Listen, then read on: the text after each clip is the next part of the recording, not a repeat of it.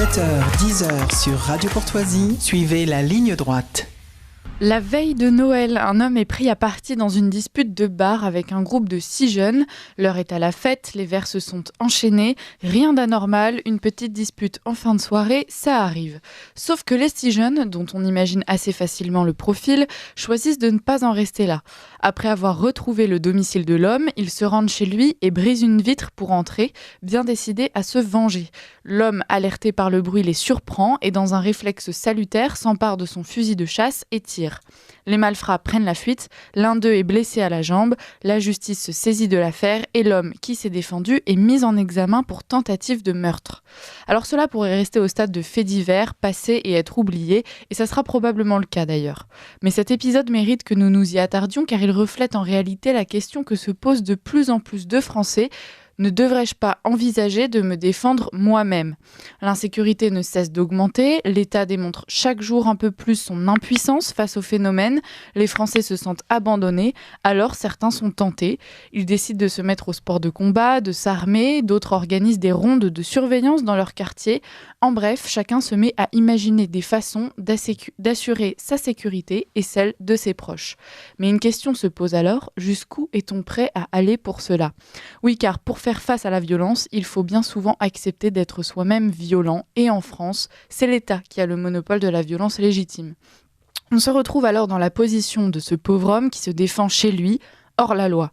Pour décrypter cette tentation de l'autodéfense qui se popularise, ce que cela reflète et les enjeux qui l'accompagnent, nous recevons Bertrand Saint-Germain, docteur en droit et universitaire. Il exerce également des fonctions d'élu local et de conseil en stratégie juridique. Cette position lui permet notamment de porter un regard critique et lucide sur l'utilisation politique du droit dans les débats publics. Et il est également auteur de Prendre les armes aux éditions Le Polémarque. Bonjour Bertrand Saint-Germain. Bonjour. Alors, est-ce que vous pourriez commencer, comme ça on saura précisément de quoi on parle, commencer par définir le terme d'autodéfense et peut-être le nuancer justement avec celui de légitime défense ?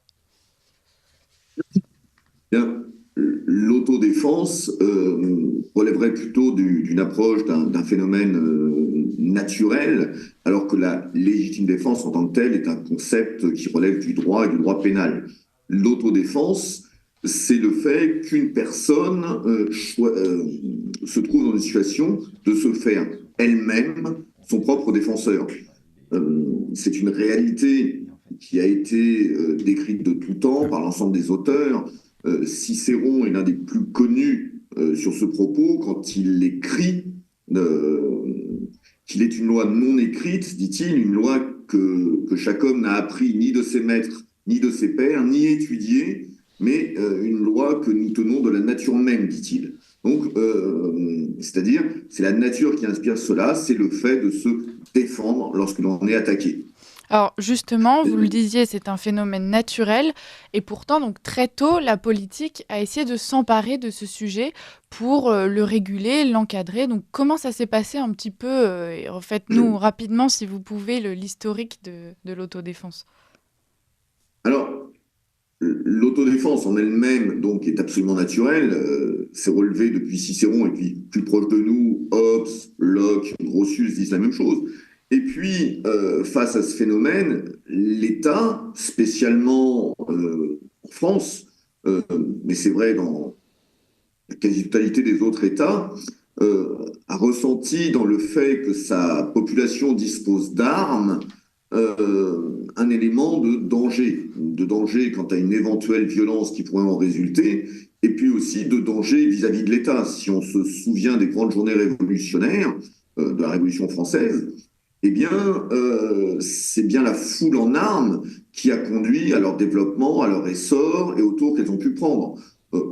L'un des épisodes les plus connus, c'est évidemment la prise de la Bastille, mais on peut penser à d'autres événements de cette grande révolution, durant lesquels le fait que la population soit armée a renforcé son intervention au milieu des troubles et de la période. Et cela a généré un mouvement de la part des gouvernants visant à encadrer, restreindre, voire interdire la possibilité que les gens, que les citoyens disposent d'armes. Voilà. Et l'un des éléments les plus forts, évidemment, c'est la situation qui est celle de la France aujourd'hui, où la loi dit clairement que posséder une arme de catégorie A, ce qu'on appelle les armes dites de guerre, eh bien, est interdit. Même chose pour les armes de chasse, etc., etc. Simplement, la loi prévoit une dérogation à cette interdiction pour un certain nombre de catégories qui ont été limitativement énumérées, à savoir les tireurs sportifs, les chasseurs, les collectionneurs. Mais en dehors de ces exceptions, le principe français est bien celui d'une interdiction de posséder des armes. Alors, certainement pas. Il y a une forme de paradoxe parce qu'on a l'impression que plus la situation est dangereuse et risque de dégénérer, donc soit entre les citoyens et l'État, soit entre les citoyens eux-mêmes, moins les citoyens ont justement d'accès aux armes ou en tout cas aux moyens de se défendre. Alors que pourtant, c'est précisément dans ces moments-là qu'ils pourraient en avoir besoin. Oui, d'ailleurs, dans l'affaire dont vous avez parlé, la personne est mise en examen, effectivement, pour coups et blessures volontaires. Elle est mise en examen aussi, c'est assez intéressant, pour détention d'une arme non autorisée. Alors, il ne s'agit pas de se prononcer sur cette affaire, mais on peut spontanément imaginer deux choses. C'est que le caractère légitime de sa défense soit reconnu, en application des dispositions du Code pénal, puisqu'on a bien une agression de la personne chez lui, avec effraction. Ce sont les conditions de l'article 122.6 du Code pénal qui présument la légitime défense dans ce type de circonstances. Et puis ensuite, il y a la question de la détention non autorisée d'une arme, pour laquelle, si c'est effectivement le cas, s'il n'avait pas le droit de posséder ce fusil de chasse, eh bien, il encourra très certainement une condamnation. D'ailleurs, pour l'instant, cette personne ne fait l'objet que de mesures de contrôle judiciaire et ça ne va pas plus loin. Alors, dans le cadre de la légitime défense, justement, il me semble qu'il y a aussi une question de proportionnalité. Est-ce que dans le cadre de la défense d'un domicile, on admet que face à des agresseurs qui ne sont pas ou peu armés, on peut se défendre en l'étant soi-même bien plus? Alors, c'est ce qu'on appelle c'est une situation de légitime défense présumée. C'est celle qu'on trouve à l'article 122.6 du Code pénal. L'article 122.6 nous dit que si l'on se défend chez soi, donc à l'intérieur de son domicile, de nuit, il y a une présomption que la défense soit légitime. La formule de l'article dit qui est présumé avoir agi en état de légitime défense, celui qui accomplit l'acte pour repousser de nuit l'entrée par effraction, violence ou ruse, dans un lieu habité. Donc c'est pas simplement l'entrée dans une propriété, mais c'est bien l'entrée par effraction, violence ou ruse, au sein du lieu habité et de nuit.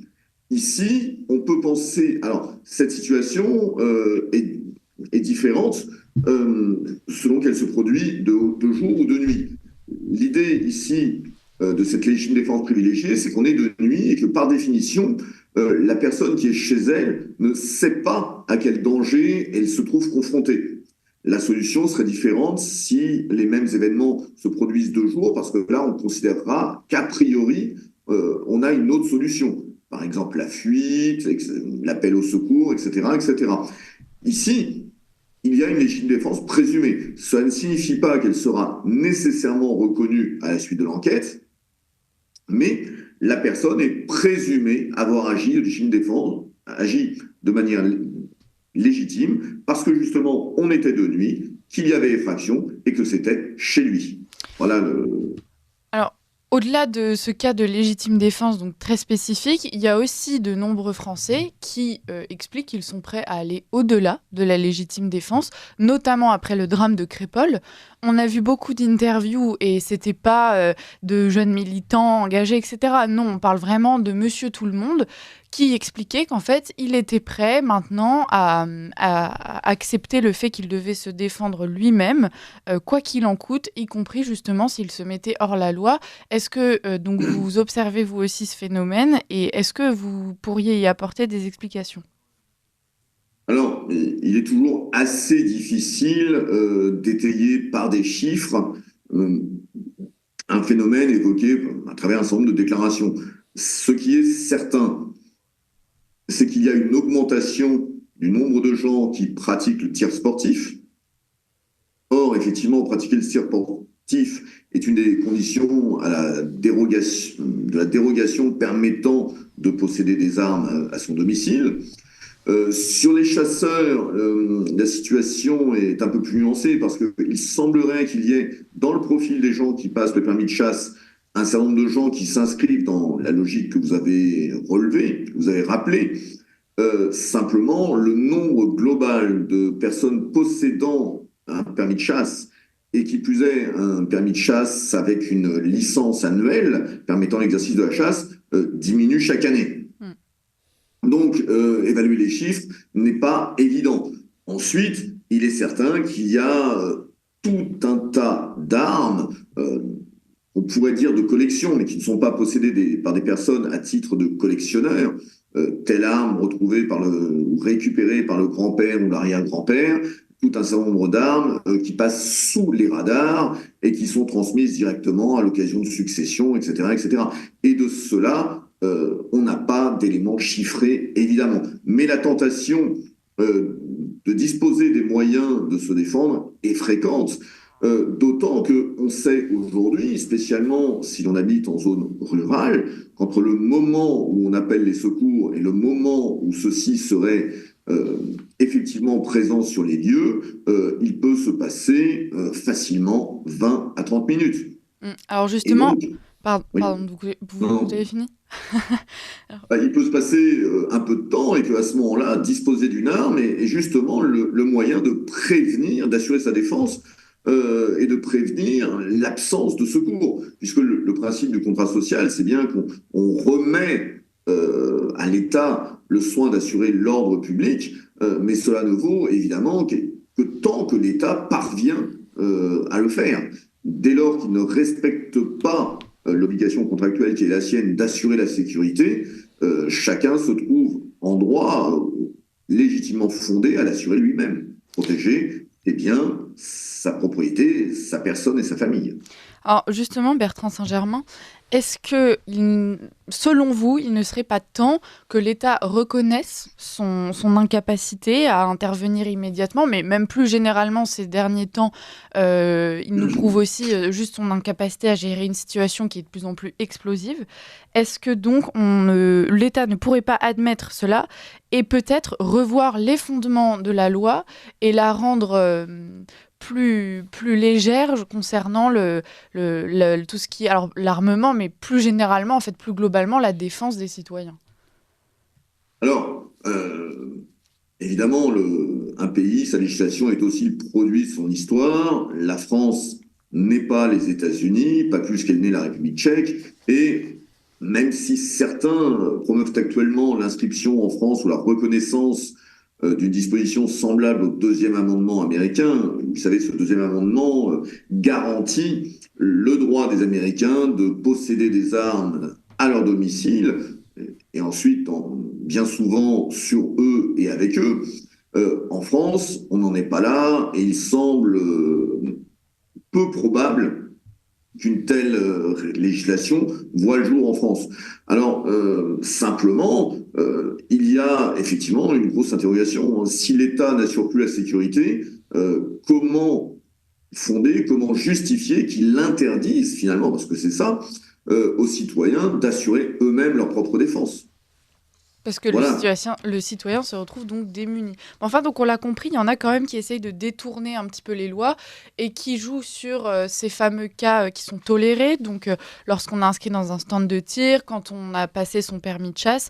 Et alors, il y en a beaucoup que ça inquiète et qui nous disent, mais regardez, les Français commencent à s'armer. Alors que, bon, initialement, c'est quand même motivé par la peur et l'instinct, hein, et instinct tout à fait louable, puisque c'est celui de se défendre et celui de ses proches. Mais enfin, ça en effraie quand même certains qui finissent par alerter en disant mais si ça se trouve, on va se retrouver avec des tueries de masse comme aux États-Unis. Regardez récemment à Prague, le jeune homme qui allait attaquer une université et a fait une dizaine de morts. Donc, que leur répondre? Alors, évidemment, quand on parle des armes, de la liberté d'accès aux armes, vient très fréquemment, si ce n'est pas immédiatement, une remarque ou une réflexion sur les États-Unis, Durant la dernière campagne présidentielle, Emmanuel Macron avait répondu qu'il ne voulait pas d'une France qui soit le Far West, et il y a cette hypothèse, cette situation des tueries de masse. Alors, il y a plusieurs choses à relever. D'abord, par exemple, notez que le pays d'Europe qui connaît le plus d'armes par habitant, c'est notre voisin, c'est la Confédération helvétique. En Suisse, la Suisse est le deuxième pays au monde en proportion d'armes par habitant, après les États-Unis, et la Suisse n'a connu que 2 tueries de masse depuis un peu plus d'un siècle. Il faut savoir qu'en Suisse, il n'est pas rare de voir des gens circuler avec des armes, puisque les citoyens, lorsqu'ils effectuent leur service militaire, service de milice, dit-on en Suisse, eh bien, ont la possibilité de ramener leurs armes à leur domicile. Et donc, vous les croisez en ville, dans le tram, à pied, avec leurs armes. Et puis, ils peuvent également, c'est une des spécificités suisses, conserver leur arme à la fin de ce service militaire. Ils la conservent à leur domicile. Alors, l'exemple suisse montre bien que la libre circulation, la première réglementation suisse a moins de 10 ans, elle a été acceptée par référendum, mais cela montre bien que la libre circulation des armes n'est pas ipso facto synonyme d'accès aux armes. Ensuite, synonyme de tuerie de masse. Et quand on examine un peu les tueries de masse, parce que ce phénomène des tueries de masse, c'est très peu étudié en France, de même que l'accès aux armes. Et il faut savoir, par exemple, que si vous allez sur le site de la Bibliothèque du Congrès des États-Unis, si vous lisez la littérature anglo-saxonne, vous avez aux États-Unis plusieurs centaines et même quelques milliers d'ouvrages qui abordent ces questions de l'accès aux armes, de matière historique, philosophique, et puis les tueries de masse. Et donc, on a pas mal de données sur ces tueries de masse, alors il faut les exploiter, il faut discriminer un petit peu. Toutes les banques de données qui étudient ces tueries de masse n'ont pas les mêmes critères, mais simplement, quand on regarde ces tueries de masse, on trouve un certain nombre d'éléments. D'abord, notez que près du quart d'entre elles sont commises avec des armes illégales. Que 75% d'entre elles sont commises par des gens ayant de graves troubles psychologiques, voire psychiatriques. Que la quasi-totalité d'entre eux de ces tueries, d'entre elles, sont également commises par des gens ayant une addiction aux stupéfiants. Et tous ces éléments font que, au regard de la législation, par exemple, de pays moins libéraux que les États-Unis, plus restrictifs en matière d'accès aux armes, ces éléments justifieraient que les personnes n'aient pas eu accès aux armes. Donc, et quand on regarde les États-Unis, je développe évidemment les choses plus longuement à l'écrit dans mon essai, mais l'État des États-Unis qui a la législation la plus radicale, la plus restrictive des 50 États en matière d'accès aux armes, c'est la Californie. En Californie, il est quasi impossible de se procurer une arme légalement. Eh bien, il faut savoir que la Californie, qui compte pour 12% de la population américaine, c'est l'État le plus peuplé des États-Unis, eh bien, connaît à lui seul près de 20% des tueries de masse qui se produisent aux États-Unis. Donc, on ne peut pas faire un lien direct entre accès aux armes, facilité d'accès aux armes et tueries de masse. Et dernier point sur ces tueries. Très rapidement, s'il vous plaît, monsieur Saint-Jean. Essentiellement lieu sur le lieu de travail de l'auteur de la tuerie, et on est loin de l'image ordinairement véhiculée là-dessus. Nous en reparlerons peut-être une autre fois. Mais écoutez, et si d'ici là, nos auditeurs veulent en apprendre plus, je les invite à se procurer votre ouvrage, donc Prendre les armes aux éditions Le Polémarque. Il est notamment disponible, je crois, sur le site de la FNAC. Voilà, donc un bel ouvrage qui traite de la question sous l'angle philosophique, juridique, historique, très complet, et qui part de l'Antiquité à nos jours. Donc je les invite à se renseigner, à se le procurer si la question les intéresse. Et puis on vous retrouvera, vous, Bertrand Saint-Germain, très bientôt. Merci pour votre venue.